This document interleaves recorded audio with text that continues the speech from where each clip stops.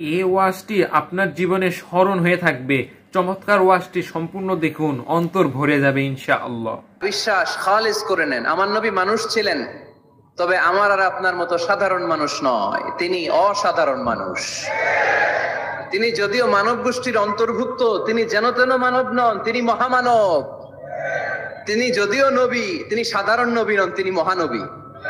সুবহানাল্লাহ পড়বেন না?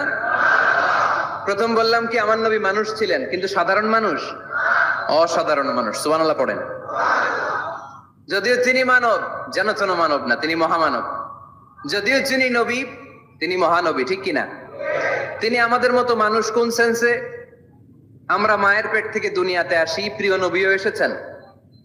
কথা বুঝতেছেন? যুবক ভাইরা বুঝতেছো? একবার ঠিক করে নাও, আজীবন এই মাসালা দিয়ে আগাইতে হবে সামনের দিকে। ঠিক কিনা? মানুষ আমাদের মতো কোন সেন্সে? আমরাও মায়ের পেট থেকে পৃথিবীতে আসি, প্রিয় নবীও এসেছেন। আমরা বিয়ে করি, প্রিয় নবীও বিয়ে করেছেন। আমাদের সন্তান হয়, প্রিয় নবীরও হয়েছে। আমাদের গায়ে আঘাত করলে রক্ত বেরোয়, প্রিয় নবীরও উহুদের ময়দানে দাঁত ভেঙে টকটকে লাল রক্ত ঝরেছে। ঠিক কিনা? এই সেন্সে তিনি আমাদের মতো মানুষ, কিন্তু সাধারণ মানুষ না, তিনি অসাধারণ মানুষ। তার তুলনা তিনি নিজেই। আমার নবীর মতো সুন্দর নবী পৃথিবীতে আছে? কথা বলেন। যাদের চেয়ে সুন্দর তুমি নবী আমার কামলিওয়ালা, যাদের চেয়ে সুন্দর তুমি নবী আমার কামলিওয়ালা। দু জাহানের বাদশাহ তুমি প্যারা নবী সাল্লে আলা, দু জাহানের বাদশাহ তুমি প্যারা নবী সাল্লে আলা। যাদের চেয়ে সুন্দর তুমি নবী আমার কামলিওয়ালা। সুবহানাল্লাহ পড়েন। অনেকে বলে নবীদের মধ্যে ইউসুফ আলাইহিস সালাম বেশি সুন্দর ছিল, কিন্তু আমার নবীর চেয়ে বেশি সুন্দর। বিষ্ণু বলতেন আনা মালিহ ওয়া আখি ইউসুফ সাবিহ, আমি হচ্ছি মালিহ, মিলহুন মানে লবণ, লবণ থেকে লাবণ্যময়ী। আমার নবী ছিল লাবণ্যময় সুন্দর, আর ইউসুফ আলাইহিস সালাম ছিলেন সাবিহ, ধবধবে সাদা সুন্দর। দেখতে ভাল লাগে কোনটা? এদিকে লাবণ্যময় সুন্দর, এদিকে সাদা সুন্দর, ভাল লাগে কোনটা?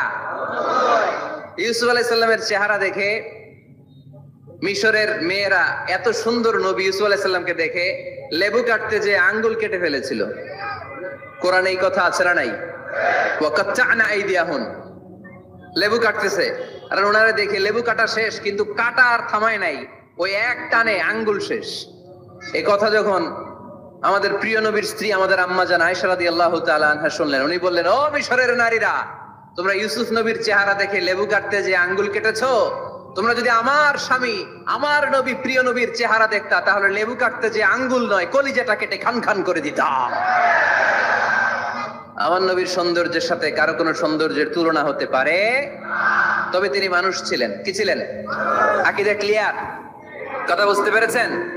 এজন্য কোরআন বলে, কুল ইন্নামা আনা বাশারুম মিসলুকুম ইউহা ইলাইয়া আন্নামা ইলাহুকুম ইলাহুন ওয়াহিদ।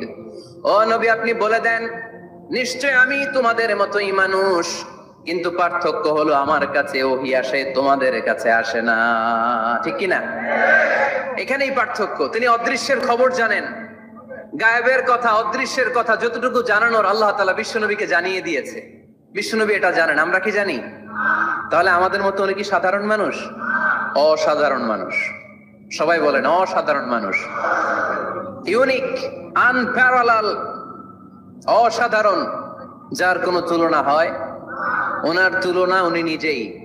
সাইয়্যিদু ওয়ালদি আদম, আদম আলাইহিস সালামের যত সন্তান পৃথিবীতে এসেছে, বিশ্বনবী বলেন এই সবার মধ্যে আমি সেরা।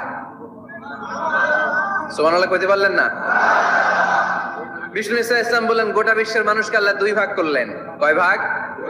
এক ভাগ জান্নাতি, এক ভাগ জাহান্নামী। আমারে জান্নাতীদের মধ্যে ফেললেন, জান্নাতীদেরকে বিভিন্ন দেশে ফেললেন, আমারে মক্কায় ফেললেন। মক্কাবাসীদেরকে অনেক বংশের মধ্যে ফেললেন, আমারে কুরাইশ বংশে ফেললেন। কুরাইশ বংশে অনেক খানদান আছে, আমারে হাশিমি খানদানে ফেললেন। হাশিমি খানদানে অনেক পরিবার আছে, আমারে শ্রেষ্ঠ পরিবারে ফেললেন। আনা খায়রুকুম নাফসা, আনা খায়রুকুম বাইটা যে কোনো ক্রাইটেরিয়ায় হোক, মানদণ্ডে হোক, গোটা বিশ্বের মধ্যে আমি সেরা, চিল্লায় বলেন ঠিক কিনা? ওয়ালা ফখর, কিন্তু এজন্য আমি অহংকার করি? বিশ্বনবীর মনে কোনো অহংকার ছিল? তিনি মানুষ ছিলেন, অসাধারণ মানুষ। তিনি মানব, কিন্তু মহামানব। সুবহানাল্লাহ পড়ে। নবীরে চিনতেছেন? নবীরে চিনতে পারতেছেন? বুঝতে পারতেছেন? কষ্ট হচ্ছে না তো? জিমায় পড়লেন মনে হয়? কষ্ট হচ্ছে? কষ্ট হইলে বললেন। তাহলে প্রথম পরিচয় কি ছিল? মাশাআল্লাহ। এই যে এটা ক্লাস, তাফসীর মাহফিলের ক্লাস। আমার যে কত ভালো লাগে ছোট্ট ছোট্ট ছেলেরা যখন এসে বলে, হুজুর আমি আপনার ক্লাসের ছাত্র। আমি বললাম, আমি আবার কই পড়াই, তুমি ছাত্র? ওই যে ইউটিউবে ওয়াজ করেন, আমি ওই জায়গার ছাত্র। অনেক বোনেরা আমাদেরকে কাগজে লিখে পাঠায়, হুজুর আমি আপনার তাফসীর ক্লাসের একজন নিয়মিত ছাত্রী। এয়ারপোর্টে ওই দিন এক ফ্যামিলি দৌড়ে আসছে, বলে হুজুর আমার পুরো ফ্যামিলিটাই আপনার ক্লাসের ছাত্র। আলহামদুলিল্লাহ, আমার জীবন ধন্য, আমার জীবন ধন্য যে আমার কথাগুলোকে লোকজন ক্লাসের মতো মনে করে। এইটাই করা দরকার। বুঝলেন কিনা জিজ্ঞেস করব, উত্তর করবেন। যা বললাম আবার আপনারা শোনাবেন। এক পক্ষের কথা হইলে ঝামেলা আছে না নাই? আমি শুধু বলেই গেলাম, আপনারা শুনলেন, জিমানি আসবে, ঘুম আসবে, শয়তানের গুতা আসবে, ঠিক কিনা? কিন্তু যদি জিজ্ঞেস করি, আওয়াজ করে যদি উত্তর দেন, শয়তানের ওয়াসওয়াসা ঢুকতে পারবে? আর এখানে তো সব ইয়াং, শয়তান আসবে কোত্থেকে?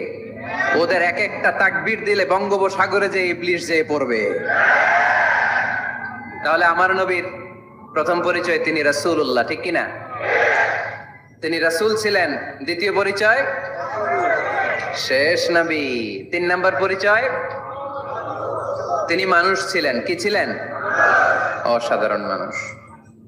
4 নাম্বার পরিচয়, আমার নবী কখনো মন গড়া কিছু বলতেন না। খেয়াল করে শুনবেন, আমার নবী মন গড়া কিছু বলতেন? ওনারা সব শিখাই দিত কে? ওনার শিক্ষক কে? পৃথিবীর কোন মানুষের কাছে উনি পড়ছেন? ওনার লেখাপড়া করা লাগে? আরে লেখাপড়া করা লাগে তো আমাদের লেখা লাগে, আমাদের পড়া লাগে। নবীর লেখা লাগে না, নবীর পড়া লাগে না, কারণ নবী আমাদের মতো সাধারণ না, তিনি অসাধারণ মানুষ। চিল্লায় বলো ঠিক কিনা? কোন শিক্ষকের কাছে উনি যান নাই, কোন উস্তাদের পদপ্রান্তে যে বসেন নাই উস্তাদ বলে, কারণ ওনার উস্তাদ একজন। চিল্লায় বলেন তিনি কে? তিনি মন গড়া কিছু বলেন না। He was guided by revelation, by ওয়াহি। তিনি ওহী দ্বারা পথ প্রদর্শিত হয়ে কথা বলেন। না জানলে চুপ থাকেন। আমাদের একটা বদ অভ্যাস, না জানলেও আমরা বলি, আছে না নাই? আমি জানি না, এইটা বলতে এত লজ্জা লাগে আমাদের, এত লজ্জা লাগে, এত লজ্জা লাগে। এখন থেকে এইটা প্র্যাকটিস করবেন, বলবেন যে আমি জানি না। আসলেই তো আমি জানি না। আমি কি জানি? জানে তো একজন, তিনি কে? আমি জানি, আমার যে বড় কেউ নাই, এটা বললেই খবর আছে। এরকম বলে শয়তান, এরকম বলে কে? মুসা আলাইহিস সালাম ওয়াজ করতেছিলেন উম্মতের মাঝখানে। এক উম্মত দাঁড়ায় বলে, ইয়া নবী আল্লাহ, মান আ'লামু ফিল আরদ। হে নবী মুসা, একটা প্রশ্ন। কি প্রশ্ন? আপনি বলেন তো বর্তমান পৃথিবীতে সবচেয়ে বড় জ্ঞানী কে? মুসা আলাইহিস সালাম বলে আমি। মুসা আলাইহিস সালাম কি বললেন? আসলে ভুল বলেন নাই, কারণ যাকে আল্লাহ কোন এলাকার জন্য নবী বানিয়ে পাঠান, তাকে তো ওই এলাকার সবচেয়ে বেশি জ্ঞান দিয়েই পাঠান, ঠিক কিনা? কিন্তু আল্লাহ চেয়েছেন মুসা আলাইহিস সালাম এইভাবে না বলে যদি এরকম বলতো, আল্লাহু আ'লাম, আল্লাহ বেশি জ্ঞানী, তাহলে আল্লাহ বেশি খুশি হতেন। যখনই বললেন আমি, আল্লাহ ডেকে বললেন, মুসা নো, তুমি সবচেয়ে বেশি বড় জ্ঞানী না। ইযহাব ইলা মাজমাইল বাহরাইন, 2 সাগরের মিলনস্থলে একটা জায়গা আছে, ওখানে আমার এক বান্দা আছে যে তোমার চাইতেও জ্ঞানী। ইসমুহু খাদির, তার নাম খদির, যারা আমরা বাংলায় বলি খিজির। খিজির আলাইহিস সালাম বলি না, আসলে ওনার নাম কি? খদির। খদির মানে এভারগ্রিন, সবুজ। উনি কোন জায়গায় বসলে ওইখানকার হলুদ ঘাসগুলো মুহূর্তে সবুজ হয়ে যেত। গাছপালা না জন্মালে ওদিক দিয়ে হাঁটলে সবুজ গাছপাতা জন্মাতে শুরু করতো। তাই কখনো বলা যাবে না আমি সব জানি। সব জানে একজন, তিনি কে? আমার নবীর 4 নাম্বার পরিচয়, উনি মন গড়া কোনো কথা বলতে জানতেন। নবীরা মন গড়া কিছু বলে? কোন নবীর কথার সাথে কোনো বৈপরীত্য আছে? আপনারা এরকম কি শুনেছেন, এক নবী বলছে আল্লাহ আছে, আরেক নবী এসে বলছে না, আল্লাহ নাও থাকতে পারে? এমনকি কখনো হয়েছে কোন নবী এসে বলেছে আখেরাত আছে, আরেক নবী এসে বলেছে না আখেরাত নাও হইতে পারে? কথা কন। তার মানে নবীরা মন গড়া বলে না, ফলে নবীদের কথার বৈপরীত্য নাই। কিন্তু কবিদের কথার বৈপরীত্য আছে না নাই? দার্শনিকদের কথার অমিল আছে না নাই? এক দার্শনিক বলে মানুষ পেট সর্বস্ব জীব, মানুষের বড় সমস্যা পেট সমস্যা, এটা ঠিক হইলে সব ঠিক। আরেক দার্শনিক এসে বলে না, মানুষের সেক্স সমস্যা বড় সমস্যা, যৌন সমস্যা, এটা ঠিক করে দিলে সব ঠিক। আরেকজন এসে বলে না, পেটও না যৌন সমস্যাও না, মানুষ আসলে মানুষই না, মানুষ হইলো বান্দর। তাহলে দেখেন তিন দার্শনিক তিন কথা বলছে, ঠিক কিনা? কিন্তু পৃথিবীতে যে লক্ষাধিক নবী, একজনের কথার সাথে আরেকজনের কথার কোনো অমিল আছে? কারণ নবীরা দার্শনিকদের মতো মন মস্তিষ্ক প্রসূত মন গড়া কথা বলে না, তাদের কাছে কথাগুলো আসে একটা হেডকোয়ার্টার থেকে। হেডকোয়ার্টারটা কার? এজন্য আল্লাহ বলেন, ওমা ইয়ানতিকু আনিল হাওয়া ইন হুয়া ইল্লা ওয়াহিয়ুন ইউহা। আমার নবী মন গড়া কিচ্ছু বলেন না, আমার কাছ থেকে ওহী পেয়ে তারপরে তিনি মুখ খোলে।